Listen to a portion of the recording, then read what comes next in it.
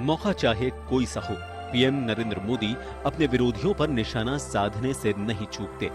अब बीजेपी के 42वें स्थापना दिवस के मौके पर मोदी ने एक बार फिर परिवारवाद का जिक्र कर सियासी हलचल पैदा कर दी। उन्होंने कहा कि देश में अभी दो तरह की राजनीति चल रही है, एक है परिवार भक्ति की और दूसरी है देशभक्ति की। हम राष्ट्र नीति से राजनीति को अलग कर करके चलने वाले लोग नहीं हैं, लेकिन ये भी सच्चाई है कि अभी भी देश में दो तरह की राजनीति चल रही है। एक राजनीति है परिवार भक्ति की और दूसरी है राष्ट्र भक्ति की। मोदी ने कहा कि बीजेपी ने ही परिवारवाद के खिलाफ बोलना शुरू किया और इसे चुनावी मुद्दा बनाया। लोगों को समझ आ गया कि परिवारवादी सरकारें लोकतंत्र की दुश्मन हैं। अलग अलग राज्यों में हमारे यहां कुछ राजनीतिक दल है जो सिर्फ और सिर्फ अपने अपने परिवार के हितों के लिए काम करते हैं। परिवारवादी सरकारों में परिवार के सदस्यों का स्थानीय निकाय से लेकर संसद तक में दबदबा रहता है। ये लोग भले ही अलग अलग राज्यों में हो, लेकिन परिवारवाद के तार से जुड़े रहते हैं। मोदी ने कहा कि बीजेपी का यह स्थापना दिवस कुछ वजहों से महत्वपूर्ण है। आजादी के 75 साल पूरे हुए हैं। तेजी से बदलती वैश्विक परिस्थितियों के बीच 4 राज्यों में बीजेपी की सरकार वापस लौटी है। 3 दशक बाद राज्यसभा में किसी पार्टी के सदस्यों की संख्या 100 के पार पहुंची है।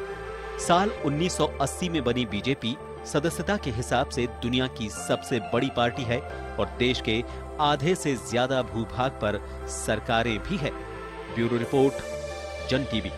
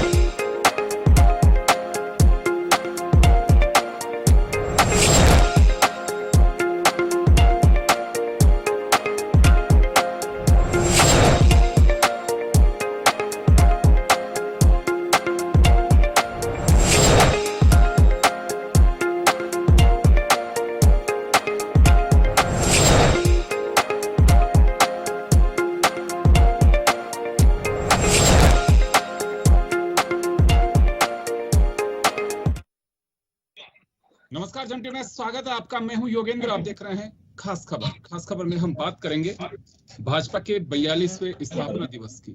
मौका स्थापना दिवस का, लेकिन प्रधानमंत्री नरेंद्र मोदी का हमला विपक्षियों का।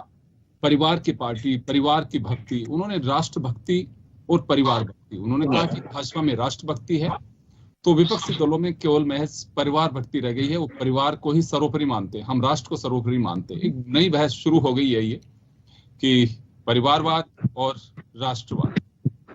तो चले, अपना अपना नजरिया है और कौन क्या कहता है इसको लेकर के हम चर्चा करेंगे। लेकिन एक बीजेपी के सफर को लेकर के जरूर जिक्र करना चाहूंगा कि 6 अप्रैल 1980 अटल बिहारी वाजपेयी संस्थापक अध्यक्ष बने और आज तक का जो सफर जेपी नड्डा तक का रहा, बीजेपी ने निश्चित रूप से ये कहूं कि 0 से शिखर तक का सफर तय किया है। और जनता के बीच गहरी छाप, या ये कहूं कि आज आधे से ज्यादा भूभाग पर भाजपा या उसके समर्थित दलों के साथ में सरकार बनी हुई है। तो चलिए हम चर्चा शुरू करेंगे। हमारे साथ डॉक्टर यश गोयल साहब वरिष्ठ पत्रकार जुड़ रहे हैं, पंकज जोशी जी हमारे साथ भाजपा से जुड़े हुए हैं, कांग्रेस से हमारे साथ डॉक्टर वरुण पुरोहित जुड़े हुए हैं। सभी का स्वागत है। मैं वरुण जी आपके पास आना चाहूंगा।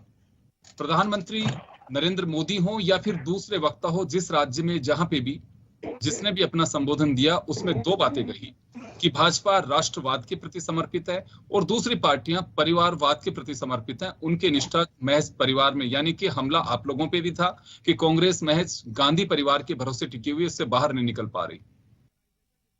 योगेंद्र जी, सबसे पहले तो आज 42वां स्थापना दिवस है भारतीय जनता पार्टी का। पार्टी विद द डिफरेंस जो 2014 से पहले थी, इन लोगों ने इसको अपनी मेहनत और पसीने से सींचा, अपने खून से सींचा। उनको सबको मेरी शुभकामनाएं, उनको मेरी हार्दिक बधाई। आप जो बात कर रहे हो 2014 के कालखंड की बात कर रहे हो, जिसको मोदी जी हमेशा अपने भाषण में कहते हैं कि 2014 के कालखंड, 2014 के कालखंड, आगे बला बला। अब आप मुझे बताइए इस 8 साल के अंदर कि कब इन्होंने गांधी परिवार कांग्रेस को नहीं खोसा। अगर ये सबसे बड़ी पार्टी आज कहते हैं हम 400 सांसद हो गए, 100 हमारे राज्यसभा में हो गए, इतने हम हो गए, तो भैया आप कांग्रेस और गांधी परिवार को क्यों पोस रहे हो? हेलो हेलो, आ रही है आपकी आवाज? आ रही है आपकी आवाज? आ रही है वरुण पुरोहित जी? चलिए मैं आ रहा हूं आपके पास में। वरुण पुरोहित जी को नेटवर्क इश्यू है, मैं उनके पास में वापस आऊंगा। मैं डॉक्टर वरुण पुरोहित अभी हमारे साथ में जुड़ेंगे। मैं पंकज जी के पास में जाना चाहूंगा। पंकज जी, प्रधानमंत्री से लेकर के तमाम वक्ताओं ने परिवारवाद और राष्ट्रवाद दो बातें की हैं स्थापना दिवस पर, और बहुत सारी चीजें भी सियासी गलियारों में हैं कि प्रधानमंत्री जी ने अपने संबोधन के दौरान अपने कार्यकाल और अपनी जो एक समय रहा उसका जिक्र किया, बजाय स्थापना दिवस के दरमियान जिन लोगों ने किस तरह से पार्टी को सींचा, अटल बिहारी वाजपेयी हो चाहे लाल कृष्ण आडवाणी हो, उनका जिक्र नहीं किया। ये सियासी खाचों में, ये कहूं सोशल मीडिया पे चर्चा का विषय भी बना हुआ है। योगेंद्र जी देखिए योगेंद्र जी, सबसे बड़ी बात अभी आप देखेंगे तो पार्टी के जितने लोग थे, छोटे छोटे कार्यकर्ता से लेकर के प्रधानमंत्री जी ने आज जो पार्टी की स्थापना हुई, उस स्थापना का पूरा वर्णन रखा। और जो आपने बात कही कि आज पार्टी का कि उन्होंने जो परिवारवाद की बात और जो समाजवाद की बात जो की, वो इसलिए नहीं की कि उनकी पार्टी में क्या हो रहा है ये, क्योंकि उन पार्टियों के राज्य से इस राष्ट्र का नुकसान हुआ है, राष्ट्र का कहीं ना कहीं विकास अवरुद्ध हुआ है। इसी कारण उन्होंने की है प्रथम राष्ट्र श्रेष्ठ, एक भारत श्रेष्ठ भारत, है ना, राष्ट्र प्रथम। ये जो अवधारणा लेकर के चले हैं प्रधानमंत्री जी, इसी को लगातार वो कह रहे हैं कि लोकतंत्र में इन चीजों की जो है ये कहीं ना कहीं जाकर के इस देश के लिए जो है ठीक नहीं है, उसके विकास में बाधक बनती है। इसी कारण से उन्होंने इन बातों को कहा, पहली बात। दूसरी बात आपने कहा कि जो है आज मुझे बताइए प्रधानमंत्री जी ने याद किसको नहीं किया? उन्होंने उन सभी लोगों को याद किया जो लोग कह रहे हैं कि अटल जी का पूरा भाषण सुनेंगे उसमें प्रधानमंत्री जी का, तो अटल जी का उन्होंने जिक्र किया। मैंने भाषण सुना है, उसमें माननीय अटल जी का जिक्र किया और उन्होंने कहा कि जिन जिन लोगों का हमें आशीर्वाद मिला है, जिन जिन लोगों ने, वही नहीं बल्कि उन्होंने तो उन लोगों को भी कहा कि कमल पुष्प जो हमारा ऐप है उसके अंदर छोटे से छोटे कार्यकर्ता जिन्होंने सहयोग दिया है, जिनका कहीं कोई नाम नहीं आ पा रहा है, उनको भी डालिए, क्योंकि इस पार्टी में उन लोगों का योगदान रहा है और उस पार्टी को बनाने में इन लोगों का कहीं ना कहीं चीज तो रहा है। और जो मिल रहा है ना, उनका जिक्र जो है कि उनका लगातार हमें साथ मिल रहा है, उनका साथ लेके चल रहे हैं। तो मेरे ख्याल में जो चीजें हैं उन लोगों को इस तरीके से सोचने से पहले देखना चाहिए कि हम किस तरफ की बातें कर रहे हैं। दूसरा, पार्टी का अभी जो आपने दो प्रश्न किए कि पार्टी का जो है, पार्टी का पूरा इतिहास देखेंगे आप तो जिन नैरेटिव्स को हम लेकर के चले, जिन संकल्पों को लेकर के चले, आज उन संकल्पों की पूर्ति की तरफ जो है अग्रसर हो रहे हैं। जी वरुण जी, जी, बीजेपी का साफ कहना है कि परिवारवाद की वजह से राष्ट्रवाद या कहूं कि लोकतंत्र पर विपरीत असर पड़ रहा है। ये बीजेपी का आरोप है, दावा है। मैं उसका भी जवाब दूंगा, बीच में लाइन कट गई थी।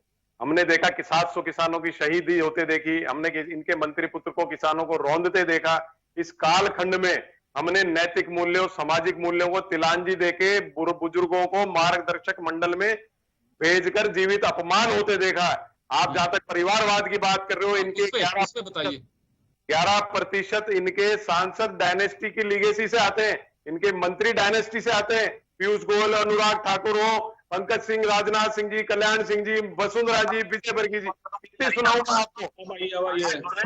इनके लिस्ट है सिर्फ एक परिवार से समस्या है, क्योंकि शहीद हुए हैं, वो खून दिया देश की आजादी के लिए, कांग्रेस के लिए। उसके बाद आतंकवादियों ने हमारे नेताओं को मारा। आप मुझे बताइए, इनका एक उदाहरण दे दीजिए कि जो शहीद हुआ हो, देश के लिए बलिदान हुआ हो, ये नहीं दे सकते। इसलिए इनको सोनिया गांधी, इंदिरा गांधी, प्रियंका गांधी, राजीव गांधी, नेहरू जी इस नाम से जलन होती है। आप 8 साल में आप सत्ता में हो, अपनी निष्फलता को पूर्वजों के ऊपर दोषी ठहराने चाहते हो। ये हमने इस कालखंड में देखा। हमने, आप देखिए क्या इनका, आप इनकी खुद की स्थापना दिवस नाम ले रहे कांग्रेस कांग्रेस।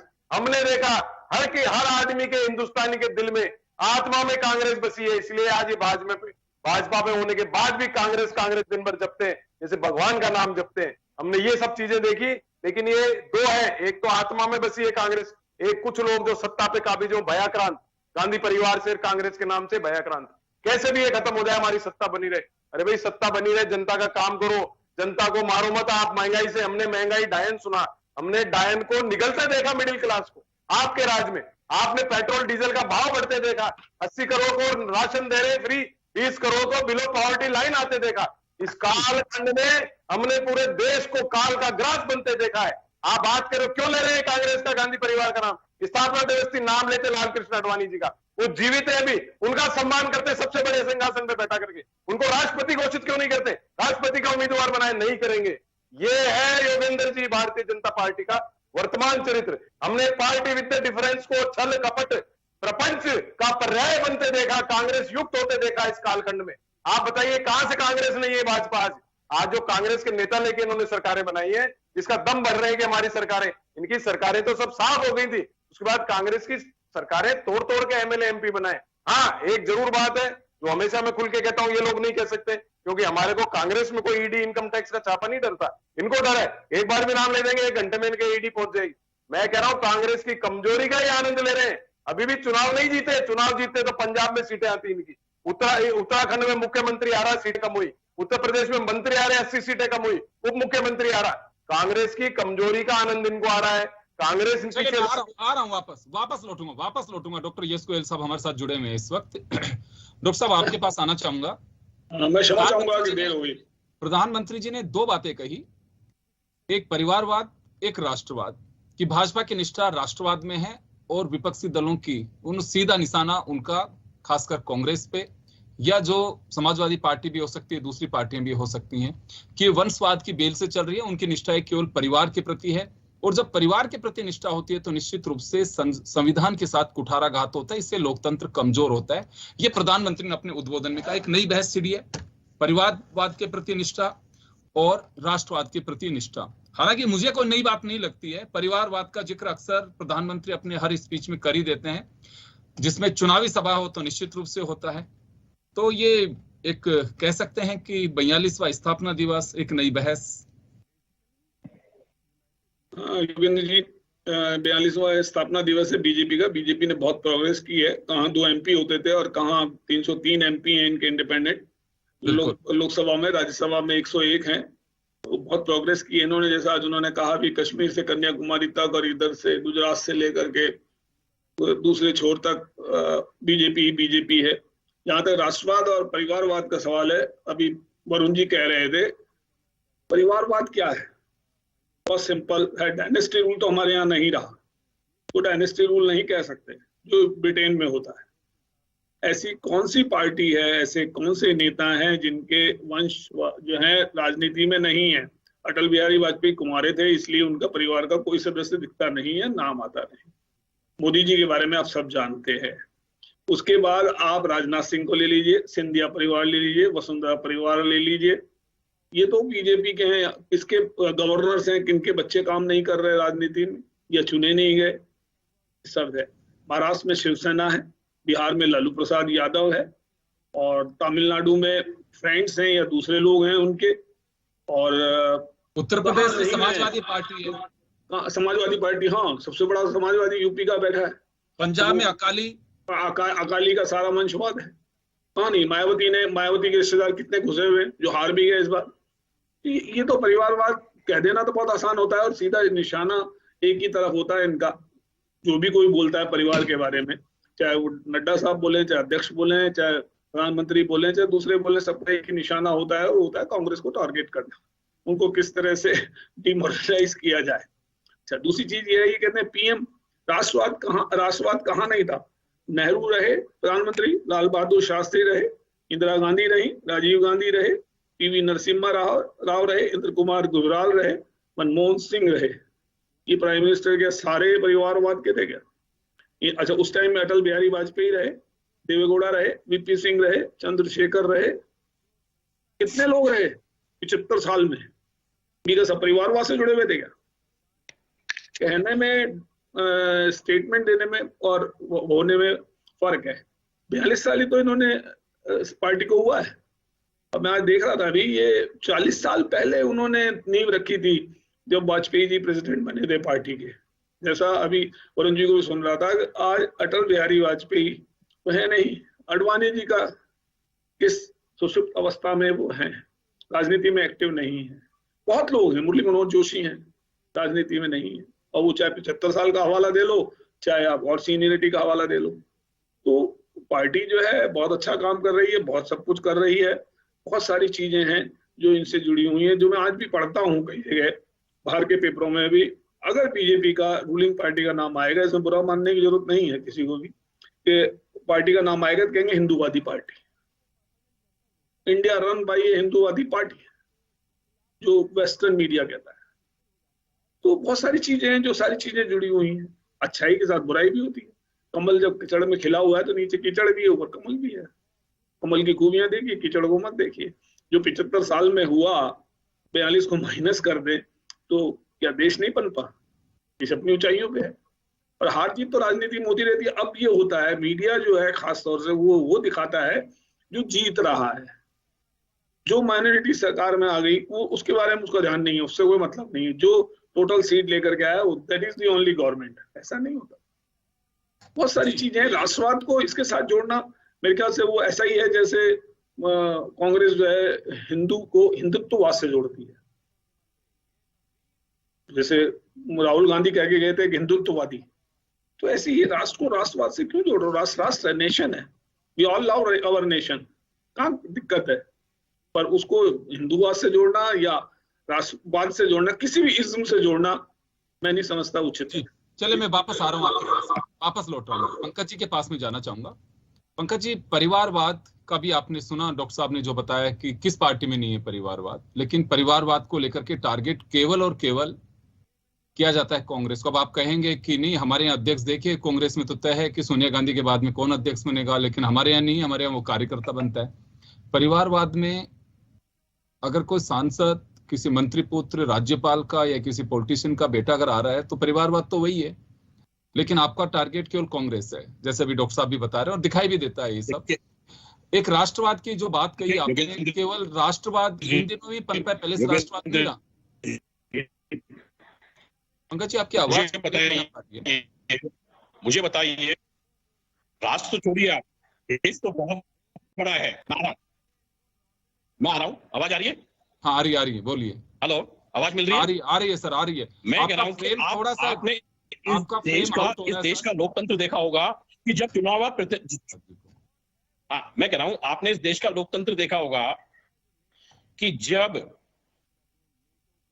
प्रधानमंत्री के द्वारा, कैबिनेट के द्वारा किया हुआ बिल पास, एक कोई व्यक्ति यदि फाड़ देता है तो उसके बाद मुझे बताइए कि आज तक कुछ नहीं हो। आज तक इतिहास में बता दीजिए, किसी प्रदेश में बता दीजिए। भारत तो बहुत बड़ा है, प्रदेश में बता दीजिए साहब, प्रदेश के अंदर कैसा हुआ हो कि मुख्यमंत्री के द्वारा, उसकी कैबिनेट के द्वारा किया हुआ बिल, पास किया हुआ बिल जो है फाड़ दिया जाए और उसको कह दिया जाए कि ये नहीं चलेगा। मुझे बताइए कि ये परिवारवाद नहीं है? सत्ता कैसे चलती है? क्या पूरा विश्व देखता नहीं है इस चीज को? क्या उसने टीवी में विश्व देखा नहीं? आज कौन प्रधानमंत्री बनेगा, किसके द्वारा चलेगी सत्ता, ये सबको पता था पहले कि कौन प्रधानमंत्री है। जनता के एक उसके उसमें नहीं है, जहन्नम में जो वहां से कहा जाएगा उसकी चलेगी। प्रधानमंत्री जो थे वो कैसे थे सबको पता था। आज पूरे विश्व ने लिखा इसके ऊपर। उस टाइम क्या राष्ट्र का नाम गौरव हुआ? मैं यही कह रहा हूं कि परिवारवाद की जब चीज आती है तो चीजें आएंगी कि जो है रिमोट से चलने वाली सरकारें भी देखी है इस देश ने, और इसी कारण से फटाफट नाम दे दिए। एक तो हमारे है ना G23 के नाम जी पंकज जी, लेकिन मैं एक बात जानना चाहूंगा, ये भैया आपने परिवारवाद पे दोहरा नजरिया क्यों है फिर बीजेपी का? मुझे बताइए कितनी बार से हो रहा है? तो भी उसके नहीं बात, चलिए आपकी बात से मैं सहमत हूँ। कार्यकारी अध्यक्ष कौन अध्यक्ष, कौन कार्यकारी अध्यक्ष? यदि आज आप लिस्ट निकाल लेंगे तो मैं आपको गारंटी दे रहा हूं कि ये हम लोगों में से बैठा हुआ भी, यदि आज वरुण पुरोहित जी बता दें कि कौन कौन टाइम पे कार्यकारी अध्यक्ष लगेगा। जी हेलो जी पंकज जी, मैं वापस लौटूंगा आपके पास में। थोड़ा सा आपने कई सवाल खड़े कर दिए हैं और आपने गजट नोटिफिकेशन, ये जो चीजें हैं योगेंद्र भाई, मैं यही कह रहा हूँ आपकी आवाज भाई, आज आपने उन सरकारों के परिवार जो है वो चल रहा है। अभी आप उन्होंने कहा कि साहब किसके परिवार के लोग नहीं है, मुझे बताइए। हेलो पंकज जी, आपकी आवाज चल रही है भाई? आपकी आवाज डिस्टर्ब आ रही है। बहुत ही अच्छे बोल रहे हैं आप और आज आपको अवसर भी मिलना चाहिए, लेकिन आवाज डिस्टर्ब आ रही है आपकी। आपके यहाँ से नेटवर्क की प्रॉब्लम आ रही है। मैं वापस लौट रहा हूँ आपके पास में, वापस लौट रहा हूँ। जब तक आपके कुछ सवाल खड़े किए डॉक्टर वरुण पुरोहित से मैं जवाब दिलवा देता हूँ उनका। जी वरुण जी, आपने सुना डॉक्टर साहब, अभी पंकज जी का साफ कहना था कि परिवारवाद की बू इस वजह से हम कह रहे हैं कि कैबिनेट के फैसले के नोटिफिकेशन को अगर फाड़ दिया जाए और उसमें कोई रिएक्शन नहीं आए सरकार की ओर से, ये परिवारवाद है। उन्होंने साफ नाम नहीं लिया, लेकिन राहुल गांधी का जिक्र कर रहे थे, जो लैंड एक्विजिशन बिल का जो गजट नोटिफिकेशन जारी हुआ था उसको लेकर के, सॉरी विधेयक जो आया था, अध्यादेश जो लाया गया था, उसको लेकर के वो जिक्र कर रहे थे। योगेंद्र जी, लोकतंत्र पे मूर्ख तंत्र को हावी होते हमने इस कालखंड में देखा। निजीकरण के नाम से देश को बेचते हमने देखा। आप मुझे बेरोजगारों का उपहास उड़ाते देखा। नाले से गैस बनाओ, चाय पकौड़ी का धंधा करो, ये आत्मनिर्भरता है। अब आप बात करो, राहुल गांधी ने अगर कागज फाड़ दिया और वो ऑर्डिनेंस का, तो ये परिवारवाद हो गया। इनका परिवार का नाम लिस्ट है कि नहीं, मैंने उसका नाम नहीं लोगे? उसका नाम नहीं लिया? अरे भाई उसका नाम नहीं लोगे ये देखो, ये है आज की बीजेपी, सुनना नहीं चाहती है। ये है इनका लोकतांत्रिक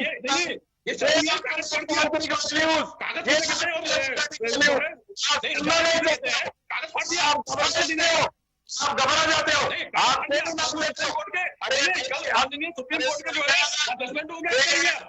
आपका फ्रस्ट्रेशन है। वही वसुंधरा जी का बेटा क्या है, वंशवाद नहीं है।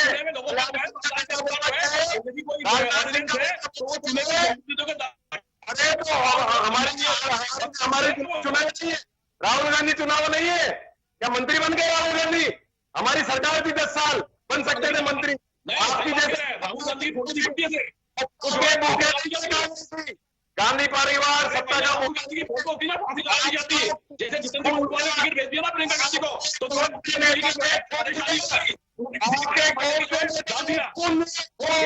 आपको कौन से नेता ने खून दिया, कौन सा नेता शहीद हुआ, नाम लो। आप पूछ रहे हो मुझसे, नाम ले एक भी आदमी। आपको कौन सा नेता शहीद हुआ बताओ? किसने खून दिया देश के लिए, किसने गोलियां खाई? बोलो टीवी के ऊपर, मैं आपको सल्यूट करूंगा। है कोई आदमी? है कोई आदमी? अरे आप बताओ ना एक भी आपका नेता जिसने देश के लिए गोली खाई हो, देश के लिए शहीद हुआ? बताओ बात। शहीद के परिवार का अपमान करते हो, शहीदों के परिवारों का अपमान करते हो आप। चलिए मैं वरुण जी आ रहा हूँ, वरुण जी आ रहा हूँ। पंकज जी परिवारवाद पे बोल रहे हैं, परिवारवाद पे बोल रहे हैं पंकज जी। राय के अलावा एक बात बता दीजिए, सुनना नहीं चाहोगे? वरुण जी आपके सवाल पे कुछ कह रहे हैं, वरुण जी आपके सवाल पे कुछ कह रहे हैं पंकज जी। बोलने नहीं दे रहे, राजनीति को टाइम देने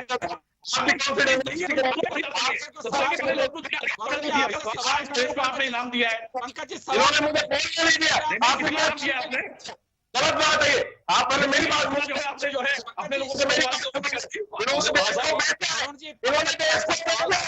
इन्होंने देश को बेचा। कितने दिन बाद अडवाणी जी का और अडवाणी जी बताइए, नाम तो बताइए। आप अडवाणी कब जो है अंग्रेजों का झंडा खाया, नेहरू जी ने जो देगा वो एक दिन अडवाणी जी को सल्यूट करो। आप आज आपको ईडी से डर नहीं लगता तो अडवाणी जी को सल्यूट करो। चलिए एक सुनिए, शहीद होने पे कुछ कह रहे हैं पंकज जी, कुछ कह रहे हैं, आपने सवाल पूछा है पंकज जी से, पंकज जी जवाब दे। पंकज जी कुछ कह रहे हो आप? आपने सवाल पे ही पंकज जी कुछ कह रहे हैं, आपने जो सवाल किया पंकज जी कह रहे हैं। कुछ नहीं कह सकते, खाली चीखना चिल्लाना, दूसरे को बोलने नहीं देना। क्या बोलेंगे? इनके कौन सा शहीद परिवार है? जवाब दे। अरे जवाब तो सुनिए एक बार। पंकज जी बोलिए। सुनूंगा इनका आज सद्भावना, इनका स्थापना दिवस है, मैं चुप होता हूं। पूरा समय आप इनको दीजिए। मैं पंकज जी का नाम ही कमल का फूल, पूरा समय आपका। जवाब बताइए, कौन सा जवाब? किसी पंकज जी आप कुछ अभी पूछना चाह रहे थे आप, शहीद वाले दर्जे आप रिपीट कर दीजिए। योगेंद्र जी आप रिपीट कर दीजिए। पंकज जी आप कुछ कह रहे हैं, मैं ये कह रहा हूं कि आप अभी बीच में कुछ सवाल कर रहे थे डॉक्टर वरुण पुरोहित से शहादत को लेकर के, उस पर कुछ कहना चाह रहे थे आप जी। बोलिए, आप बोलिए। नहीं, मैंने यही कहा, मैंने कहा देखिए, मैंने यही कहा कि लाला लाजपत राय के अलावा ऐसा कोई व्यक्ति नहीं हुआ जो बेसिकली कांग्रेस पार्टी का सदस्य था जिन्होंने कहा कि हम शहीद हुए। दूसरी कह रहा हूं, जो है ना आपने कहा, उसके जिन्होंने जो है लाठियां खाई अंग्रेजों की, और उसके बाद जितने भी लोग थे, जो भी थे, तो ये जो कहने की बात है, इन चीजों को जो है केवल और केवल जो है इन चीजों को हटाना चाहिए। और आपने जिस तरीके से इस देश के अंदर जो अराजकता पैदा करी, जो अभी आपने देखा कि राजस्थान के अंदर भी जिस तरीके से तुष्टिकरण हुआ, आज करौली में देखा हमने, जिस तरीके से लगातार देश ने जो है कई बार देखा, देश ने जो है बाबा साहब अम्बेडकर सबका जो संविधान था उसमें जो है किसी के दबाव में आकर के जो इसमें परिवर्तन होते हुए देखा। मुझे बताइए कि परिवर्तन किसने किए? आज तक हुए, अमेंडमेंट हुए, लेकिन आपने तो उसकी जो है मूल व्याख्या दी, उसी में से परिवर्तन कर दिए। इन चीजों जब देखेंगे तो इन चीजों का जो दुष्प्रभाव पड़ रहा है, जो चीजें कही गई है, वो कांग्रेस पंकज जी कांग्रेस कमजोर हो गई, कमजोर होने के बाद कमजोर, और अभी गोयल साहब के पास जाना चाहूंगा।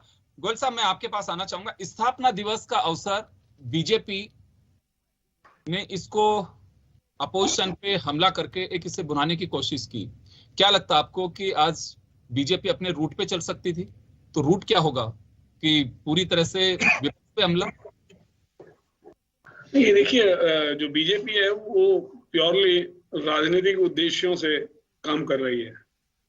जो उसके पूरे उद्देश्य हैं, जैसे उन्होंने आज कहा कि वन इंडिया ग्रेट इंडिया, हमेशा ये कहते हैं one nation one party, one nation one ration card, तो इनका वननेस पे बहुत बड़ा जोर रहता है।